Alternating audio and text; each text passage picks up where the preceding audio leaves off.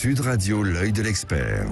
L'œil de l'expert ce matin, c'est Cyril Brett. Bonjour, merci d'être avec nous. Vous êtes chercheur associé à l'Institut Jacques Delors, spécialiste de la Russie. Ce matin, je voulais vous avoir pour évoquer avec vous évidemment l'actualité, ce qui se passe en Russie et en Ukraine. En travaillant, en préparant cette émission, je suis tombée sur une interview de vous qui commentiez les vœux de Vladimir Poutine, son discours de fin d'année, discours de nouvelle année plus précisément, et qui était un discours dans lequel vous disiez il a montré qu'il ne laissera pas la Russie humiliée. Vous vous souvenez de cette interview et de ce discours ? Oui, tout à fait, et c'est un message qui est récurrent dans ses adresses à la presse nationale, dans ses adresses à la presse internationale, dans son discours annuel à ce qu'on appelle là-bas l'Assemblée parlementaire, qui est constituée des deux chambres. Et effectivement, le ressort principal de Vladimir Poutine en particulier et des autorités russes en général, c'est de laver ce qu'ils considèrent comme l'affront des années 90, où la Russie a été, selon eux, humiliée, mutilée, acculée à une position de faiblesse. Et c'est aujourd'hui ce qui se joue pour eux dans l'invasion illégale de l'Ukraine. Mais ça veut dire qu'il y avait déjà les prémices de ce qu'on est en train de vivre, c'est-à-dire que vous vous attendiez d'une certaine manière à ce qu'à un moment Vladimir Poutine passe à l'offensive ? Oui, tout à fait. Et malheureusement, les Européens ne l'ont pas tout à fait vu. Ils l'ont vu à l'œuvre en Géorgie en 2008. Ils l'ont vu à l'œuvre depuis très longtemps en Moldavie, qui est dans le sud-ouest de l'Ukraine. Ils l'ont vu en 2014 dans le Donbass et en Crimée avec cette annexion, en Syrie également.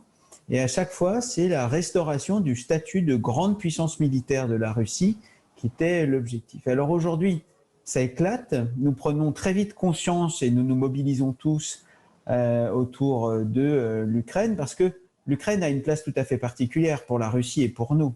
Pour la Russie, c'est son berceau historique, c'est là qu'a été fondé l'État russe. C'est aussi le territoire passerelle entre la Russie et l'Europe, entre la Russie et le Moyen-Orient, qui fait que la Russie peut prétendre à être une grande puissance dans tous ces théâtres. Sans l'Ukraine, la Russie se considère comme reléguée et ne peut pas jouer directement de son influence en Ukraine. Et pour nous, Européens, l'Ukraine, c'est le véritable laboratoire grandeur nature, 40 millions d'habitants et un territoire 2 fois comme la France, de la capacité des Européens à défendre, y compris les armes à la main, leurs intérêts face à ceux qui entendent les renier, voire les maltraiter. Sur la situation, sur ce qui est en train de se passer, on a vu que les choses n'étaient peut-être pas aussi simples que l'avait imaginé Vladimir Poutine.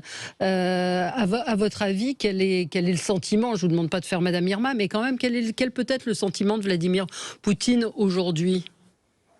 Oh, vous savez, faire Madame Irma, c'est un peu mon métier de stratégiste, donc bien volontiers. Ce qui est évident, c'est que l'offensive qui a été déclarée jeudi matin dernier, il y a 5 jours maintenant, seulement par le nord, la Biélorussie, par l'est, la Russie, par le sud, la Crimée annexée, par la mer Noire aussi, et par la Moldavie, était décidée à être une espèce de guerre éclair. Vous venez de parler de 1938 avec Frédéric Mitterrand. C'était une espèce de blitzkrieg. On se dirige tout de suite vers les centres de décision militaires, donc les bases aériennes, les défenses anti-aériennes, et vers le centre du pouvoir économique, médiatique et économique, c'est-à-dire Kiev. On décapite le régime, et c'était explicite dans son message de jeudi matin à l'aube, et on démilitarise l'Ukraine pour vraisemblablement remplacer le régime actuel par un régime favorable ou un régime fantoche. Et force est d'admettre que la résistance des forces armées ukrainiennes, la résistance de la société civile ukrainienne, des familles, des civils, et la résistance opposée aussi par les Européens dans leur ensemble, a surpris.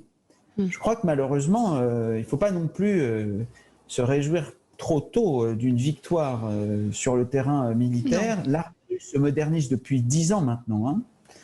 Elle s'est aguerrie sur des théâtres éloignés et difficiles. J'ai mentionné la Syrie, qui est un laboratoire pour tous les officiers qui opèrent actuellement depuis la Russie en Ukraine. Et la puissance militaire russe est impressionnante de sophistication et d'aguerrissement. On ne peut que se réjouir de la résistance opposée par les Ukrainiens. Ça reste le combat de David contre Goliath. Ouais. Mais comment vous expliquez qu'il n'ait pas réussi plus facilement à prendre Kiev? Il y a eu, on l'a dit, une résistance, mais si le combat est à ce point disproportionné, on est quand même étonné. Eh bien, je pense que la Russie, en général, a sous-estimé l'Ukraine. C'était présent dans les messages du président Poutine. Il estime que la nation ukrainienne n'existe pas. De fait, elle existe. Il l'a même fait exister encore plus. Il estime que ce régime est un régime fantoche, le régime de Kiev. On a vu qu'il a une résilience interne extrêmement forte. Il estime également que les Occidentaux, et les Européens en particulier, sont faibles, sont naïfs, sont complaisants et peuvent être intimidés facilement. Il s'est encore une fois trompé. Il y a une erreur d'appréciation.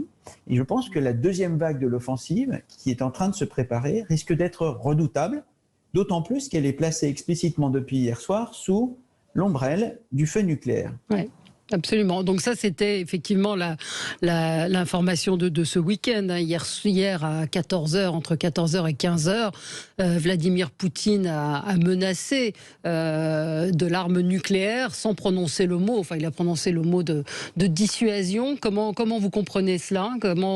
C'est la question évidemment que tout le monde se pose. C'est du bluff ou est-ce qu'il a vraiment l'intention d'aller jusqu'au bout? Ah non, c'est pas du bluff.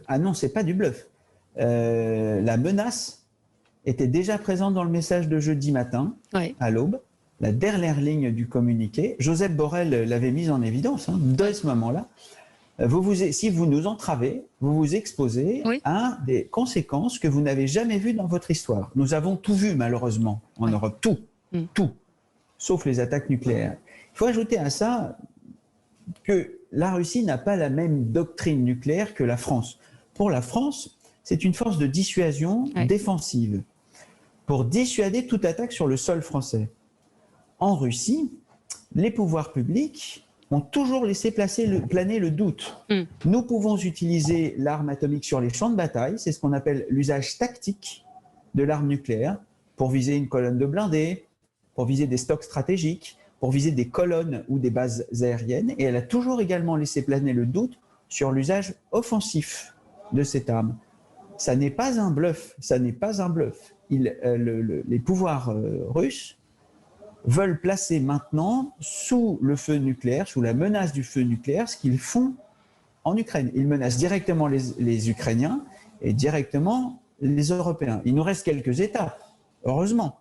Ça n'est que l'annonce de la mobilisation des unités nucléaires. Mais il faut le prendre au sérieux, et il faut prendre au sérieux le fait que c'est un aveu de faiblesse. Après 4 jours d'opérations militaires conventionnelles, pas forcément très victorieuses, ça veut donc dire, attention, si je ne remporte pas la victoire sur laquelle j'ai joué toute ma crédibilité, je pourrais recourir à des moyens supplémentaires. Oui, donc il peut aller jusqu'au bout. Il peut aller jusqu'au bout. C'est ce que vous êtes en train de dire. Comment l'opinion publique russe, de ce que vous pouvez en savoir, apprécie cette offensive? On voit qu'il y a beaucoup de manifestations, on a vu à Saint-Pétersbourg. Est-ce qu'il y a une adhésion de la population russe? Et puis de ceux qui sont autour de Vladimir Poutine? On entend parler aussi de coup d'État, pourquoi pas? Est-ce que c'est une chose qui vous semble... Deux questions, le peuple russe et ceux qui l'entourent. Je peux vous parler des médias russes. Les médias traitent cette opération militaire spéciale, Военная специальная операция, d'une façon très particulière pour montrer qu'elle est limitée à des cibles militaires dans l'est du pays, ce que nous savons ne pas être le cas. Et l'opinion publique russe, malgré les manifestations dont vous faites état, qui ne sont pas des manifestations monstres, partage un certain nombre des points de vue du pouvoir russe. L'Ukraine a dans l'opinion publique russe un statut tout à fait particulier. Quand je me promène à Moscou, on me répète souvent que l'Ukraine est à nous. En revanche, en ce qui concerne les cercles de décision militaire, ce qui est certain, c'est que Vladimir Poutine, personnellement, a joué sa crédibilité dans cette campagne. C'est un vrai quitte-ou-double militaire. S'il ne remporte pas la victoire, s'il ne parvient pas à ses buts, c'est-à-dire de démilitariser l'Ukraine, de la dénazifier, je ne reviens même pas sur sur le scandale historique qu'est cette déclaration. Et s'il ne parvient pas à installer au moins un gouvernement favorable à la Russie à Kiev, effectivement, il s'exposera à un discrédit. Et comme en Russie, l'opposition institutionnelle n'est pas une opposition d'alternance, il s'expose effectivement à beaucoup d'initiatives. Alors, ne sous-estimons pas la fragilité de Vladimir Poutine dans son opinion publique, ne sous-estimons pas sa popularité, ne sous-estimons pas non plus son emprise sur les cercles de décision. Ça fait 20 ans, ça fait 20 ans qu'il est au pouvoir, et c'est quelqu'un qui maîtrise beaucoup de choses, et notamment la façon d'organiser le pouvoir et la peur autour de lui. Donc, n'anticipons pas trop vite une défaite personnelle qui conduirait à un remplacement du dirigeant. Ouais, ça fait partie des choses, des questions évoquées. À propos des sanctions, est-ce que on a vu qu'en fait il a réussi un tour de force assez incroyable, Vladimir Poutine, d'une certaine manière, c'est-à-dire à montrer que l'Europe pouvait être cohérente et solidaire, que l'OTAN se réveillait. On a pu dire que l'OTAN était en état de mort cérébrale, et puis que des sanctions avaient été prises quasiment à l'unanimité. C'est vrai que là, pour le coup, si on fait référence à l'interview avec Frédéric Mitterrand, il y a eu une réponse quand même assez rapide et ferme. Et je pense qu'il ne s'y attendait pas. Ah oui, il ne s'y attendait pas. Ce que je vois se dessiner d'un point de vue stratégique, c'est que Vladimir Poutine va obtenir exactement le contraire de ce qu'il cherchait. Ouais. Il cherchait à intimider, à démoraliser, à diviser les Européens. C'est le contraire qui se produit. Il cherchait à ce que les États-Unis quittent le continent et à ce que l'OTAN recule. C'est le contraire qui va se produire. Il cherchait également à apparaître comme celui qui organise le continent. Il est en train de devenir un paria sur l'intégralité du continent. Il souhaitait également contrôler l'Ukraine. Il a fait, si elle n'existait pas, exister la nation ukrainienne. Et elle se définit désormais en opposition, si ce n'est à la Russie, c'est impossible, mais en opposition à son système de pouvoir. Je pense qu'il est en train d'obtenir exactement les effets contraires de ce qu'il visait dans cette opération. Quelle sortie de crise on peut imaginer ? Il y a plusieurs hypothèses possibles, de la plus simple, peut-être la diplomatie, à la plus extrême. Quelles sont-elles pour vous ? Oui, entre le spectre de la frappe nucléaire, qui est le scénario extrême que nous évoquions, et la négociation qui conduit immédiatement aujourd'hui, en fait, à un cessez-le-feu, il y a toute une gamme de possibilités. Je pense qu'il y a un scénario qui est celui de la deuxième vague d'attaque de la part des Russes pour prendre Kiev de force, installer un régime complaisant ou un régime favorable, et qui donc satisfasse les objectifs stratégiques russes, mais qui seront une victoire à la pied russe, on vient de le dire. Un deuxième scénario qui sera un scénario plus raisonnable, plus minimaliste, qui ne va pas sans souffrance pour la population civile et les soldats ukrainiens, qui serait en fait des gains limités territoriaux à une bande orientale du pays, qui permettent d'établir une continuité territoriale entre la Russie et la Crimée, qui permettent d'empocher au passage les terres à blé, les gisements de charbon du bassin du Don, et de s'allier les populations russophones, ce qui ne veut pas dire pro-russe, de l'Est du pays, et d'obtenir un statu quo d'obtenir justement pas du tout un statu quo, une partition de l'Ukraine, avec un État croupion dont la capitale serait Kiev, et un deuxième État croupion à l'Est qui serait favorable et qui serait annexable à terme, mais à terme seulement. Et puis il y a le scénario qu'il ne faut pas exclure, celui de la défaite, celui de la défaite militaire russe, même si je suis malheureusement un peu sceptique sur ce scénario-là, et qui conduirait à un rétablissement de la souveraineté pleine de l'Ukraine, et donc à une procédure sans doute accélérée d'inclusion de l'Ukraine dans l'OTAN. Mais qu'est-ce que, enfin, juste rapidement sur les deux premières hypothèses, que va faire l'Occident, que vont faire les Européens, les États-Unis, si effectivement Vladimir Poutine réussit à gagner l'Ukraine, Kiev et différentes villes? Est-ce qu'on va le laisser faire? ne peut pas dire que les Occidentaux restent les bras croisés. En revanche, l'envoi de troupes a été exclu depuis le début. Et les Ukrainiens montrent que ce dont ils ont besoin, c'est d'équipement, de finances, de soutien diplomatique, pas d'envoi de troupes qui, effectivement, là, nous conduirait au scénario maximaliste de la frappe nucléaire. Je pense que les Occidentaux sont arrivés quasiment au maximum des sanctions qu'ils pouvaient infliger. Le tempo est bien choisi, hein, mais il ne leur reste plus beaucoup de marge d'action pour influencer les décisions russes. Les sanctions, de toute façon, maintenant, ne produiront pas des effets immédiats. Vont produire des effets différés.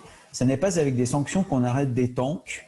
Ce n'est pas fait pour ça. C'est fait pour infléchir dans la durée le cours d'une politique étrangère, pas pour arrêter une offensive. Merci beaucoup Cyril Brett, c'était passionnant, chercheur associé à l'Institut Jacques Delors et vous êtes, on l'a bien compris et bien entendu, spécialiste de la Russie. Merci à vous. Nous on se retrouve pour continuer sur ce sujet dans un tout petit instant. Merci à vous.